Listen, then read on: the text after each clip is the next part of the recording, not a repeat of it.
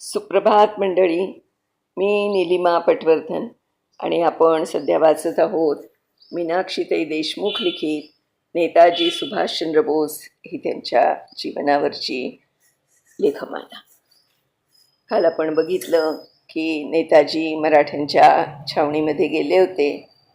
रेजिमेंटला उद्देशून त्यांनी भाषणं पण केलं, पण त्या रात्री तरी त्यांना काही प्रतिसाद मिळाला नव्हता, म्हणून ते आपल्या घरी परत आले होते. आणि दुसऱ्या दिवशी जेव्हा ते तयार झाले, आपली स्नानसंध्या वगैरे उरकून, तेवढ्यात मराठा रेजिमेंटचा कमांडर आणि ती सगळी रेजिमेंट त्यांच्यासमोर उभी होती. आणि अचानक असा मराठा रेजिमेंटचा प्रतिसाद मिळालेला बघून नेताजींचा चेहरा फुलून आला होता. तर पुढे बघूया. मराठ्यांचा प्रतिसाद मिळाल्यावर प्रत्येक बराकीला भेट देण्याचं सुभाषजींनी ठरवलं. निवडक सहकाऱ्यांना सोबत घेऊन नेताजी समोरच्या बराकीत घुसू लागले. तोच त्यांना कडाडून विरोध झाला. मुर्दाबादच्या घोषणा झाल्या तरी न डगमगता ते पुढे जाऊ लागले. तोच सुभाषबाबू जिंदाबाद, महात्मा गांधी की जय या घोषणा होऊ लागल्या. मराठा रेजिमेंटच्या प्रतिसादाने लष्करी तळावरचे चित्रच बदलले. नेताजी प्रत्येक बाराकीत जाऊन सैनिकांची विचारपूस करू लागले. युद्धकैदी जमा होऊ लागले. नेताजी, आम्हाला माफ करा, आम्हाला आमच्या मातृभूमीत घेऊन चला. संपूर्ण तळाची पाहणी करायला त्यांना 3 तास लागले. नंतर बराकी समोरच सभेला सुरुवात झाली. नेताजींचे ओजस्वी भाषण सुरू झालं. अनाबन छावणीतील अनेक हिंदी सैनिक स्वराज्याची शपथ घेऊ लागले. हमें सब सुखों को भूल जाना पड़ेगा, वतन के लिए दुख उठाना पड़ेगा. ए आज़ाद हिंदी उठो कमर बांधो, वतन लूट रहा है बचाना पड़ेगा, हुक्म नेताजी का बजाना पड़ेगा. या गीतानं त्यांच्यात आणखी जोश संचारला. नेताजी आपल्या मुक्कामी आले. सहकाऱ्यांना म्हणाले, आमच्या स्वातंत्र्याबाबत तुमचं धोरण जाहीर करा. म्हणून बर्लिन आणि रोमच्या कानी कपाळी मी ओरडत होतो. बोलणं चालू होतंच तोच फोन खणखणला. नेताजींनी रिसिव्हर कानाला लावला. पलीकडून ॲडम म्हणाला, दोस्ता, तुझं अभिनंदन. पूर्व रशियातील हिंदी रयतेने तुम्हाला भेटण्याचा जपान सरकारकडे आग्रह धरलाय. त्याच रात्री उपसचिव क्रेपलरचा निरोप आला की मिस्टर बोस, जपानचे राजदूत वोशिमा तुम्हाला तातडीनं भेटू इच्छितात. दुसऱ्या दिवशी दुपारी 11 वाजता नेताजी जपानी दूतावासात पोहोचले. ओशिमांनी त्यांचं स्वागत केलं. आधीच बसलेल्या व्यक्तीची ओळख करून देत ओशिमा म्हणाले, हे आमचे लष्करी अटर्नी जनरल कर्नल यामामोटो. चर्चा सुरू झाली. चर्चेत रवींद्रनाथ टागोर यांची जपान भेट, पहिल्या महायुद्धापासून जपानपर्यंत कार्यरत असलेले राजा महेंद्र प्रताप, रासबिहारी बोस असे अनेक विषय निघाले. नागासाकी शहरापासून मलेशियातील इपोह, पनांग, सिंगापूर, बँकॉकमध्ये हिंदी स्वातंत्र्य सैनिकांच्या कचेऱ्या कशा उघडल्या, पूर्व आशियातील हिंदी तरुणांना स्वातंत्र्याची भावना कशी वाढीस लागली, याची माहिती यामामोटोंनी दिली. बोलता बोलता एक ओशियाने विचारलं, मिस्टर बोस, समजा जर्मन सरकारनं रासबिहारी बोसांना इकडे प्राचारण केलं तर त्यांच्या नेतृत्वाखाली आपण काम कराल? नेताजी तत्काळ उत्तरले, का नाही.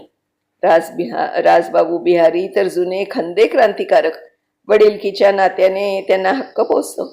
2 तास गप्पा झाल्या, परंतु नेताजींना कशासाठी बोलावलं हे दोघांनाही उघडपणे सांगितलं नाही. निघताना नेताजी म्हणाले, समजा जपानने रासबाबूंना इकडे न पाठवता मलाच तिकडे बोलावलं तर? ओशिमा म्हणाले, मला नेमकं हेच विचारायचं होतं. नेताजी हसून म्हणाले, एवढ्या अनुभवी आणि वृद्ध नेतृत्वाखाली काम करताना मी स्वतःला धन्य समजेन. पूर्वेतील साम्राज्यावर गंडांतर आल्याची जाणीव ब्रिटिश सरकारला आली. त्यांचे धाबे दणाणले. जपानी आक्रमणाचा रेटा जबरदस्त होता, परंतु सुभाषचंद्र नेमके कुठे आहेत याचा त्यांना अंदाज लागत नव्हता. ते जर जपानी फौजेबरोबर हिंदुस्थानात पोचले तर अनर्थ होईल. ब्रिटिशांविरुद्ध मोठी ताकद उभी राहील. त्यामुळे त्यांनी फॉरवर्ड ब्लॉकच्या नेत्यांची धरपकड सुरू केली. नेताजींना सगळ्या बातम्या समजत होत्या. त्यांच्या नातलगांच्या मागे ब्रिटिश CID हात धुवून मागे लागले होते. मेजदांना अटक करून दक्षिण हिंदुस्थानमध्ये धाडले, तर शार्दुल सिंग कवीश्वरांना पंजाबात अटकेच्या किल्ल्यात कैद केले. 15 फेब्रुवारी 1942ला ब्रिटिशांची सिंगापूरची अजिंक्य तटबंदी कोसळली. तेव्हा नेताजींना वाटलं आपण पूर्वेत असायला हवं होतं. पूर्वेचं पाणी पेटलं. नेताजींना जर्मनीत करमेनसं झालं. कधी एकदा पूर्व आघाडीवर जाईन असं झालं. ते आपल्या सहकार्यांना म्हणाले, बस झाले ही इटालियन मॅझुटाची झूल. जगापुढे उघडपणे प्रगट व्हायला सिंगापूरच्या पाडावासारखी दुसरी जागा नाही. त्याच रात्री नेताजी बर्लिनच्या रेडिओ केंद्रावर गेले आणि आपल्या देशबांधवांना उघड आवाहन करत म्हणाले, माझ्या देशबंधूंनो, या महायुद्धात आपल्याला गुलामीच्या बेड्या तोडायच्या आहेत. जगातील स्थिती बघता आता आपली मातृभूमी अधिक काळ परदास्यात राहू शकत नाही. हिंदुस्थान लवकरात लवकर स्वतंत्र होईल. 25 मार्च 1942च्या रात्री 1:30पर्यंत सुभाषजींचं काम सुरू होतं. काम आटोपून त्यांनी बिछाण्यावर अंग टाकलं. ताज्या बातम्या ऐकायच्या हेतूनं व्हिडिओ चालू केला. BBCच्या बातम्या चालू होत्या. अचानक आपलं नाव ऐकून ते चमकले. निवेदक बातमी सांगत होता, हुकुमशहाच्या आश्रयाला गेलेले उग्र भारतीय नेते सुभाषचंद्र बोस यांचं आज एका विमान अपघातात निधन झालं. ते बिछाण्यावर ताडकन उठून बसले. त्यांना कळेना की गुप्तचरांनी हा दुष्ट डाव का खेळावा. एमिली म्हणाली, तुमचा नेमका पत्ता लागावा यासाठी ही चाल खेळली असावी.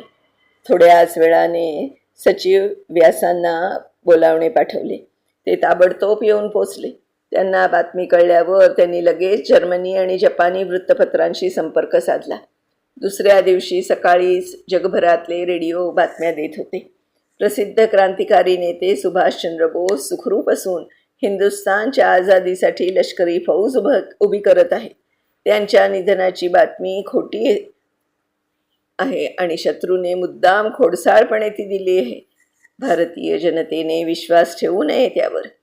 योग्य वेळी सुभाषचंद्र बोस लष्करी फौज घेऊन स्वातंत्र्याच्या लढाईसाठी लवकरच हिंदुस्थानात प्रवेश करतील. नेताजी लष्करी छावण्यांना भेट देत होते. तिथल्या हिंदी फौजांचे मतपरिवर्तन करीत होते. आझाद हिंद सैन्यात भरती होण्याचं आवाहन करीत होते.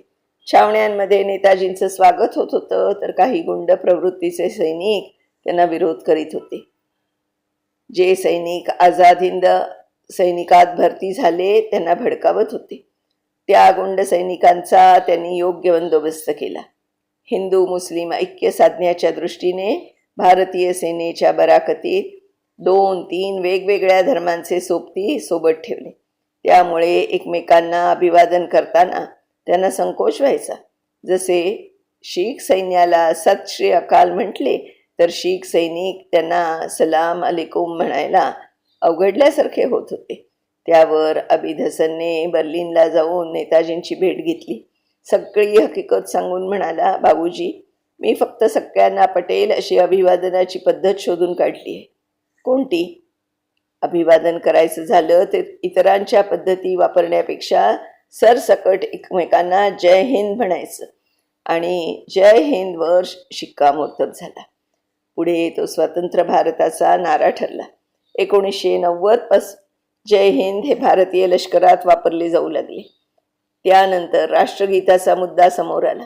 फ्री इंडिया सेंटर सदस्य संगीत प्रमुख अंबिका मुजुमदार यांनी वाद्यवृंदावर जनगणमनची सुरेख धून तयार केली. 21 ऑक्टोबर 1943 रोजी नेताजींनी सिंगापूरला स्वतंत्र भारताचा हंगामी सरकारची घोषणा केली. त्यावेळी जनगणमन हे राष्ट्रगीत म्हणून निवडण्यात आलं. वंदे मातरमबद्दलही बराच वाद झाला. वंदे मातरम म्हणायला थोडं अवघड वाटत असल्यामुळे शेवटी जनगणमनची निवड सर्वानुमते करण्यात आली. त्यानंतर मोहम्मद इक्बाल यांचे सारे जहां से अच्छा हिंदुस्तान हमारा हे गीत वापरण्याचा पर्याय पुढे आला. सगळ्यांना आवडलं, परंतु नंतरच्या काळात इक्बालचा कल मुस्लिम विभाजनाकडे वळला. जिनांचे ते समर्थक बनले.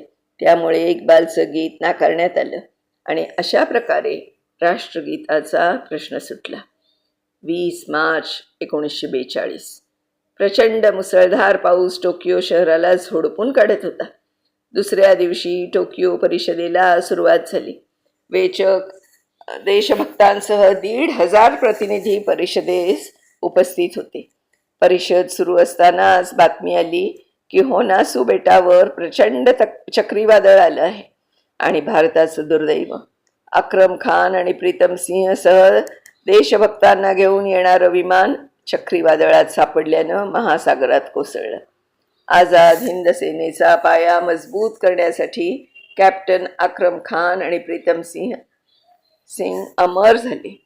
बातमी ऐकून परिषदेचे अध्यक्ष असलेले रासबिहारी त्यांना अश्रू आवरेनासे झाले.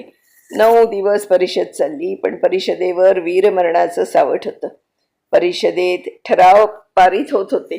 स्वातंत्र्याच्या प्रश्नांमध्ये कोणत्याही परकीय शक्तीने ढवळाढवळ करू नये.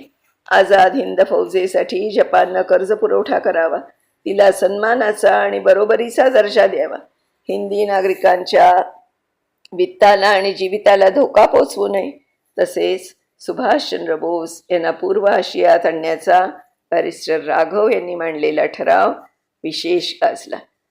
टोकियोच्या परिषदेनंतर बँकॉकला परिषद झाली. तीही परिषद मोहन सिंगांनी आपल्या अमोघ वक्तृत्वाने चांगलीच गाजवली. आझाद हिंद फौजेत जपानचे 45,000 युद्धकैदी सुपूर्द केले. मोहन सिंगांचा इरादा काही वेगळाच होता. आता तो इरादा काय होता ते आपण उद्याच्या भागात बघणार आहोत मंडळी. तोपर्यंत मी निलिमा पटवर्धन आपली रजा घेते. मीनाक्षी चैनचे खूप खूप आभार मानते. खूप छान नवनवीन माहिती आम्हाला मिळते, जे नेताजींच्याबद्दल मोजक्या काही 2-4 गोष्टी माहीत होत्या त्याच्यापेक्षा खूप विस्तृत माहिती मिळते. धन्यवाद ताई. उद्या पुढच्या भागासह पुन्हा भेटूया. तोपर्यंत नमस्कार.